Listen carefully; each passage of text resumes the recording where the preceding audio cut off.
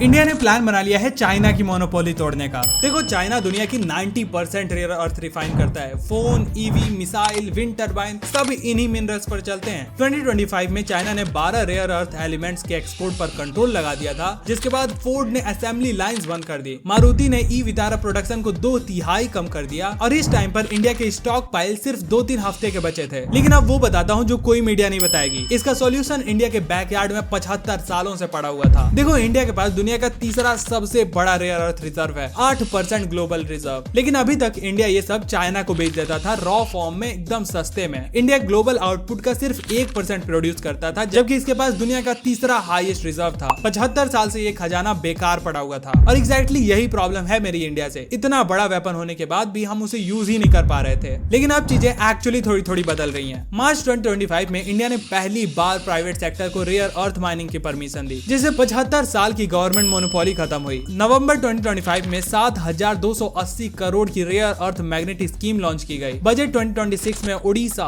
केरला, आंध्र प्रदेश, तमिलनाडु में dedicated rare earth corridors announce किए गए, जिसके बाद अमेरिका खुद कह रहा था कि भाई तुम लोग बनो चाइना के alternative. Now do let me know what you think about all this.